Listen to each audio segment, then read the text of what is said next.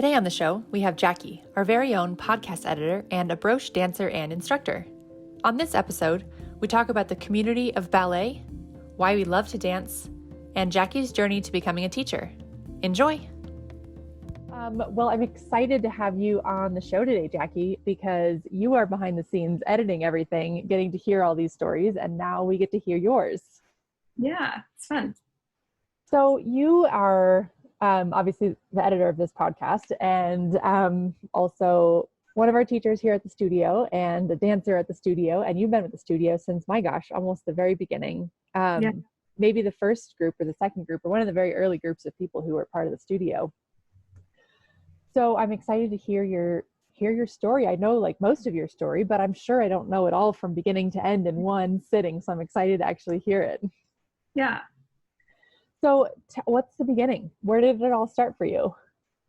I started dancing for the first time in my freshman year of high school, 14, 15. And before that, I certainly never saw myself as a dancer. I skateboarded from like 8 to 10, and then I played flag football in middle school, and I like thought about wanting to like do track and just a lot of like more sporty things like that. And I didn't consider dance one of those things at all.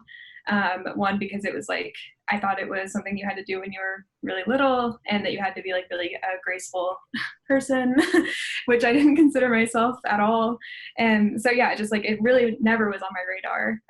Even though in like my kindergarten continuation, when they asked what you wanted to be when you grew up, I said a ballerina teacher. And my mom was very confused because we'd never put me in any dance classes ever. So she was just like, she just wants to wear a tutu and she wants to be a teacher. And that's where she got that. And so that was like the only time I'd ever mentioned dance was when I was like 6 years old, and then never again. So when I got into high school, I joined a dance class kind of on accident because that was like the only elective left that wasn't full. So there was like a Broadway dance class at my school that was like ballet, jazz, and like modern, I guess. And so it was kind of like a weird combination of things, and it was kind of just like a crash course on all of those things. And I remember the first day that I came in, I was like immediately thinking of like how I need to get out of this and that it was like definitely a mistake. And all the other girls had experience in dance at some point and I had zero. And our first kind of subject was ballet. And so we just had a couple bars and we were doing a bar class and just kind of going through the basics. And I felt like obviously I was doing everything wrong and that it was just super embarrassing, but I couldn't get out of it, so I had to stick with it. And then my teacher came back around eventually a couple weeks later and asked if I had ever danced before. She said no, and she said that I should, and that's like all she said. She said, you should, and that was it. And then I just went like full steam ahead, and I did the dance concert in the spring, and that was kind of like while I was still learning how to dance that I was also performing, and I joined a like proper ballet studio probably by the end of that year, and that's like kind of how it started. And then I was like obsessed and all through the summer until I could get into a ballet studio. I was doing it at home and watching everything I could about it and reading everything I could about it. And I was just, it just got me. I was obsessed. So you knew you wanted to be a ballerina teacher at the age of 6 or 5 or 6, right? Okay. So when you were 14 getting into this elective, did you remember that that's what you said at that time, or had that already faded from your memory? No, that was pretty much already gone. It was something I thought about. It was a whim. It was like, tutus are cool. Right. It was a whim, but like deep rooted. Yeah, apparently. And I did not know. So age 6, you were like, I want to be a ballerina teacher. And then you said, never mind, I want to be super sporty and athletic, and went that route. And then at 14, you got stuck in a dance class. on the first day of the dance class, when you said you thought it was a mistake, did you think it was a mistake before you got to class, or did you get to class, see the other girls, and then decide it was a mistake? As soon as I saw it on my schedule, like we get our schedule like a month early or whatever, and I saw it and I was like, oh no. I was, yeah, very worried about it, and like also annoyed that I was even in there. The irony. So what did you wear to this? Did you have to wear ballet stuff to this class? Could you wear sweats? Like what paint us a picture of what that looked like? Yeah, so we had like two buildings at our school, like a south building and a north building, and it was in the old south building on like a stage. Oh. And there were just like mirrors on one side of the wall, and then the cafeteria was basically just right there, but we had like curtains to cover when class was in. But no, we didn't have to wear ballet clothes. I think I just kind of wore whatever I was wearing already, which is like so like weird to think about now, like so kind of cringy to think about that. But I think I kind of like lived in leggings anyway at that point, and so it just kind of worked out. And then I started wearing just more like just comfortable like yoga clothes, more like. Mm-hmm. I didn't start wearing like proper ballet stuff till I went to a school. So Were the other girls wearing ballet stuff in the class? no, they were usually wearing more like what you would expect for like lyrical, where they'd be wearing like pads, you know, like the toe pads instead of like a full shoe, and oh, and we had to get jazz shoes. I do remember that. So that was like my first pair of like dance shoes with jazz shoes. But yeah, they were like definitely prepared for like dancing, and I was not. That's kind of intimidating to be 14 and hop into a class with people who've been doing it for a while. Yeah, it was immediately like I just already knew I was not going to be fitting in or blending by any means in there. So did you feel like you blended once you got into the official ballet school in the next fall? By then, did you feel like you blended, or do you still feel like an outsider at that point? well, my first studio was actually kind of more of an adult studio. So I was like the second youngest person in the class. And so I kind of felt, I felt like different from the adults in the class, but it wasn't like a bad different, but it was more just like my teacher paid attention to like me probably in a different way because she wanted me to continue with it in a way that the other adults were just kind of there to enjoy it. Mm-hmm. So, but I don't recall feeling like super different while I was in the studio. At that point, what were your goals? Do you remember what your goals were? Did you just know you have to do it, or did you have specific goals that you wanted with it?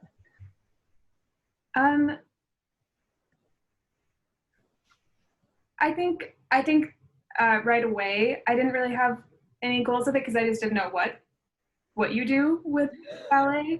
And but I would like watch things and like notice, okay, so professionals and like pre-professionals go to like an academy or like intensives and things like that. So I guess I should probably try to do that. Mm-hmm. And that was kind of like an idea. And I always wanted to go to like one of those really, you know, big ballet intensives like in New York City or something. Which I did not understand how much money that was at that time, but it was a dream, that's for sure. So that was like one of the first things I can remember thinking about was like wanting to do a big intensive like that, because that's what I was like watching videos of and stuff. Like on YouTube, watching videos on YouTube. Yeah. Social media, etc. Right. Fascinating. Now, when you were watching these videos, were you watching it kind of living, like dreaming up to it, or were you watching, comparing yourselves to these people? What was that experience like watching the other dancers online? Yeah, that's funny. I never compared myself to anything when I first was starting out. It was more just like that. This is all really cool. And like, I just want to do that. That looks really fun. It never crossed my mind like, oh, they're better than me, or why don't I look like that or anything really when I was younger. And yeah, I just was like, that looks like fun and like what I want to do. Did you have that attitude in sports as well, where you weren't comparing yourself to other people, or did you do that in parts of your life and not others? I think I've never been competitive at all. So I just really, and that probably didn't help me in sports, but I just did what I liked, and I didn't really care how much better or worse I was than other people. And yeah, I didn't really ever do that when I was young at all, compare myself. Cool. That's awesome. Yeah, it worked out okay. Yeah, that works out because it's hard when you compare yourself in ballet for sure. Yes, yeah, that came on later, but not when I was first starting out. When did when did that start happening? I feel like it started happening more when I joined my like second studio, because that studio was much more competitive, and they kind of made it a point to suggest like where one thing is better than the other, and like this is ideal, this is not, and those things started coming up more when I was probably like 16, 17. And also going to competitions before that, I started realizing that people do that, and I was like, oh, like why is this such a competitive thing? I'm like, well, I guess I'm at a competition, and that's why I stopped doing competitions, because I didn't like that energy and wasn't why I was doing it. But then it got pretty undeniable and like hard to ignore when I got a little bit older. And the teachers were kind of pointing that out more as well. So interesting. So it's kind of a learned behavior. Yes. Yeah. So you mentioned competitions are not your jam. You were doing it for different reasons. Do you remember what the reasons were that you were doing it? Did you like performing? Did you like some other aspects of it? Do you remember why you did it? I think initially I remember it's like I even remember what I was like wearing and everything the day that my teacher kind of said something to me about like auditioning for the concert, that I should be moving forward with it. And I did feel it was just like such a calm, like natural feeling in my body. And it was like, and I thought ballet would be like feel totally unnatural and feel so wrong in my body, but it didn't. And even though I was probably doing everything wrong at that point, like if I saw myself now, but I still just felt really good while I was doing it. And I just remember that feeling a lot.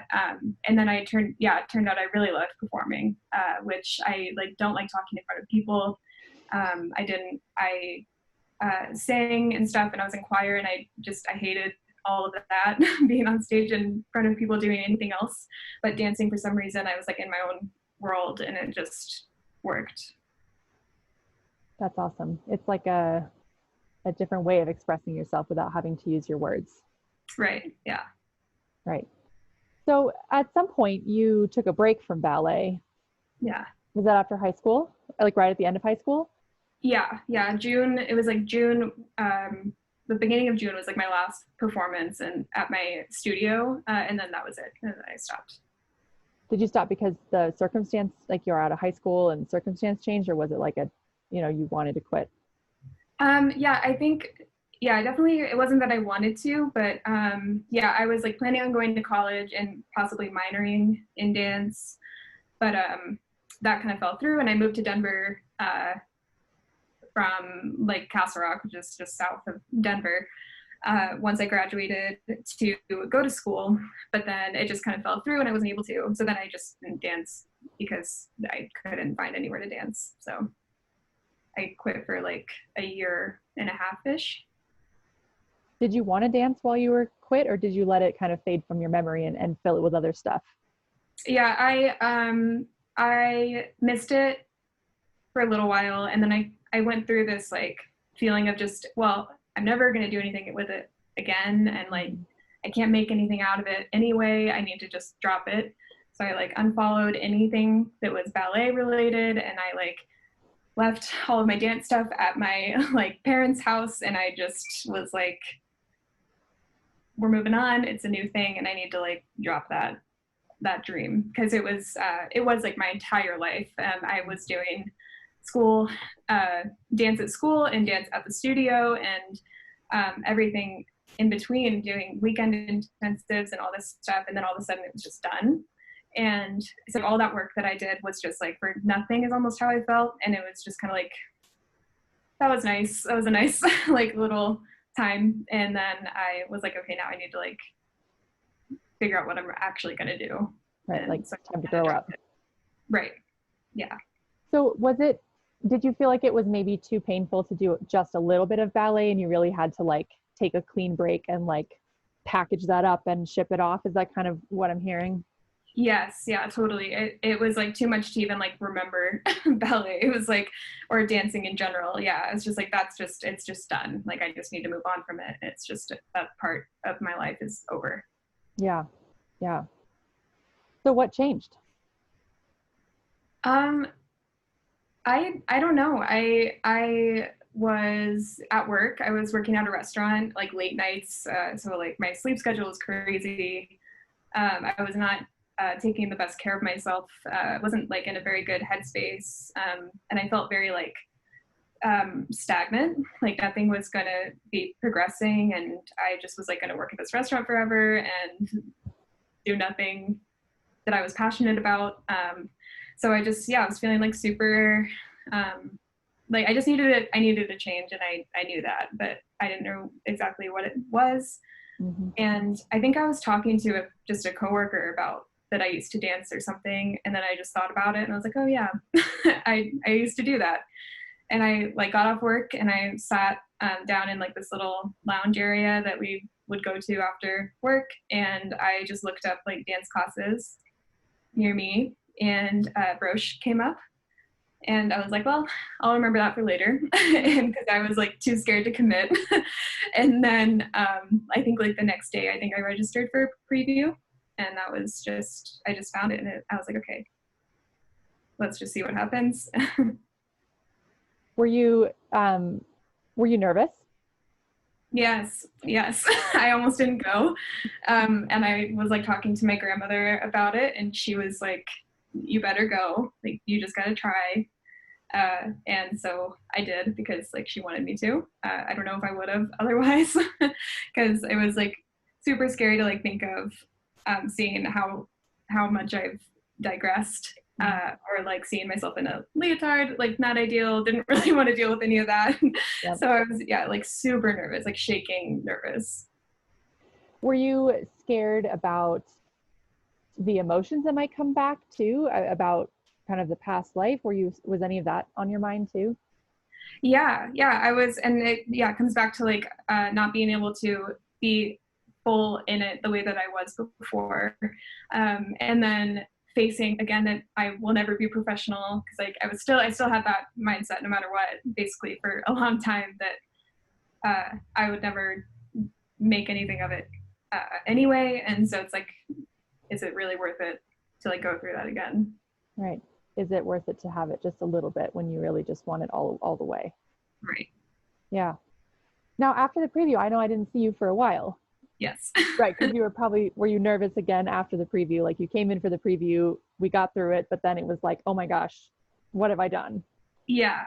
Yeah, and I felt like I didn't do very well. I was like very out of shape, like extremely out of shape. And because I wasn't doing anything at that time, since I was working so much. I wasn't doing anything. So I was very, very out of shape. And that was like startling to experience. I was like, wow, I have like a really long way to go, like even longer than I thought I did, kind of. Mm-hmm. And so then I kind of was like, again, is it worth it to like go through all of this? And like, is it even gonna change, kind of thing?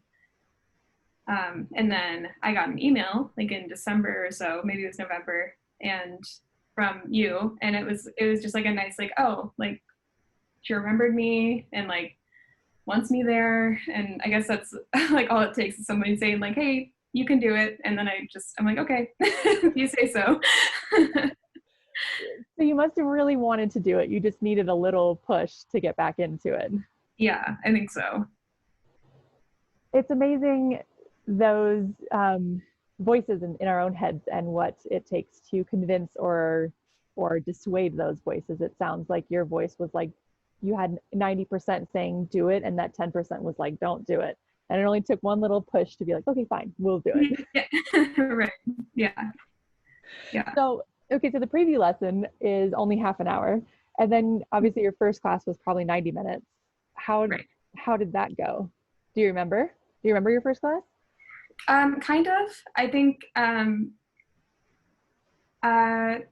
remember being much more excited to be there and a lot less nervous. I think because of that reassurance that I got from you, saying like, think we'd really like you here and stuff. So I think that helped a lot to make me feel a little bit better about just giving it a shot. And yeah, I wasn't like as intimidated as I expected to be, I guess. And it was just so different from how I was trained, I guess, in terms of behavior and like energy in the room. Mm-hmm. And it was just such a nice, like, inviting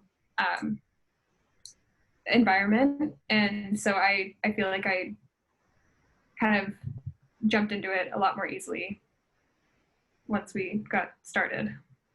Did you ever want to quit once you started again? No. No, that was all gone. The like package it up, set it aside, even though you're only doing it once a week, that was all kind of gone. Yeah, because it was getting me out of my house. Besides like going to work, it was encouraging healthier behaviors, because it's a lot harder to go to class when you are, if you're tired or if you haven't eaten or if you, just whatever. So it was like keeping me grounded, which is always what ballet was for me. And just like getting that back for like just like a tiny reminder for like one day a week, it was super helpful. And so after that it just felt right. And did you still want to be a pro at that point, or were these other reasons enough for you to want to keep doing it? Yeah, I think at that point, the other reasons were enough, because I had kind of like, I think I accepted in my head that nothing ever was going to come of it, when I graduated, but I saw it in a lot worse light at that time. Mm-hmm. And then when I started again, I was like, well, at least it's just like something nice to do and something fun and like a part of me that's back, so that at that time I think was enough. Yeah. So as the story continues, I remember you had basically flawless attendance to class. You were always there. You never missed a beat. And if you did miss, you were always there to like come twice a week the following week to make it up. And I remember you just ate everything up that we talked about, and we're just improving like crazy, week after week, which was so fun to see. And I remember we just kept moving you up the levels, and you were always like, "Don't move me up. What's this about?" Yeah. Like, I'm not ready for that level. I'm like, no, you are ready for that level. Yeah. Do you remember all this? I do. Yes, that was, yeah. I like my first class was like a level 2-ish, and I was like, this is great. And you were like, this is way too easy. And I was like, yeah, I'm like, no. Yeah. And then when I first met like Jessica and everybody, oh my gosh, I was so intimidated. I was like, this is not like, Julie's gonna see, this is not right. I need to go back.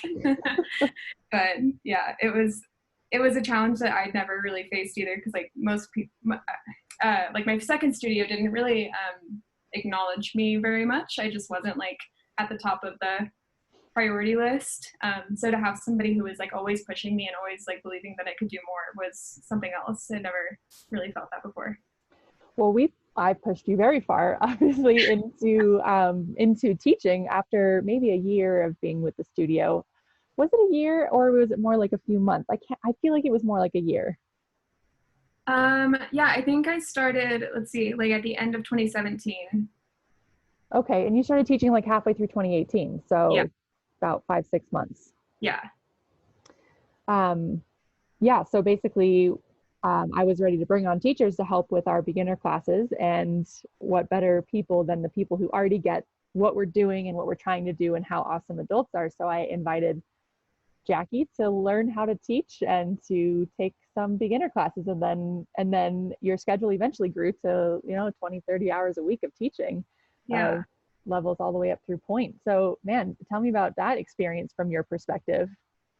It's like still insane. It's like it never fully settled, and it was just always like, I mean, I couldn't believe it at all. And I was really scared at first, and I almost wanted to say no, because I was like, I can't do that. Like, this is already a lot, and I definitely can't teach people how to dance. I don't even know how to dance. It's like totally false. It's like I have so much to learn. Like, how can I teach ballet to people? And yeah, I was like really, really, really nervous, but I was like also so like like honored to be a part of it. I just couldn't be more thankful. And it took like a good while for like the nerves to wear off. But I remember my first class, I was like shaking. You could like hear it in my voice and everything. And I was like, oh my gosh. I was like, this is not, like, these people are not going to be convinced. Well, and you already mentioned you don't like speaking in public and you don't like that sort of vocal thing. Did you find that in teaching as well? Yeah, at first I was like, I mean, this is like exactly what I don't want to be doing, is like Right, talking, especially in such an intimate environment with people who are just like very actively only listening to you. It was, yeah, pretty intimidating, and people listening and telling people what to do. I just wasn't used to like that leadership role. I'm not usually like a person to step up right away as a leader. So yeah, it was like a lot of new stuff all at once, but it all turned out to be very much for the better. So Did it help you understand ballet better to teach it to other people? 100%. Yeah. Yeah. Like as I was explaining things, sometimes I'd be like, oh, that, okay. Got it. So it would be, yeah, like it would be like right in the moment that I'd be like, oh, that's what it is. That's why. And then other people sharing what they're feeling and like, oh, this is happening. Why is this happening? And it could have been something that doesn't happen on my body. So it's just like a new outlook, a new perspective on it. Was there anything, do you remember any particular things that were surprising that someone said that they were feeling that you never felt before? Let's see. I think it was a lot of like a general feeling of people being so aware of what muscles were working. And for some reason, that was never something I thought too hard about. And I've learned so much about like muscles and anatomy and everything through that. These people say like, right here, I feel this, like on the, in like a grand de jambe. And they're like, should I feel that in my hip? And I'm like, well, should you? And so then I'm trying it, and I'm trying to feel what they're feeling. And then we talk about, all of the muscles that we're using all the way through that movement. And it's something that I never thought of, because I just thought more, I guess, of the general like movement and not so much about how it should all feel. That was never something that was really taught to me at my first and my second studio. It was more just like the basics and kind of the aesthetic of it, but not so much the sport of it and what muscles you're using. So it just little things like that, I think helped me become a lot stronger as a dancer. Yeah, it's interesting that you refer to it as the sport of it. That's an interesting way to put it. It makes a lot of sense the way you say that, because that part of it is a very different part. And I think in a lot of people who I see coming back from dancing as a kid don't have that part, because with the kids, even the few kids that I've taught, I feel like it's really difficult to get them to feel a muscle because they're so new in their body, they're so fresh in their body. Whereas an adult, you can often tell them like, you should be feeling it like right here on this super specific spot, and they can understand that. So I think with the kid training, a lot of times we're like, they're so good at mimicking and mirroring that you don't really have to tell them what muscle exactly to use, but adults are like very curious about what specific muscle. So that's really interesting that you refer to that as like the sport aspect of it. Yeah, that's what it feels like to me. And I was like so frustrated almost like when I came to Broche, because I was like, how did nobody like actually explain all of this to me before this? And I'm sure people tried, and I just had no idea what they were talking about. And so I just kept like, I'm just gonna do what you are doing and make it work somehow. But yeah, understanding actually why and how was something that I had never even really thought of. Do you like thinking of it now? Yeah. Oh yeah. All the time. And and it's still like, I mean, it still comes up with students where they'll say something. I'm like, oh, I've never heard that before. And I've never heard, that specific feeling before. But then now that you mention it, yeah, that is something that happens. And, so like that still happens every time I teach. And it's something I think about every time I'm moving. It's never ending layers to uncover. Yeah. So, last question for you. What is your greatest joy as a dancer? Oh, I think it's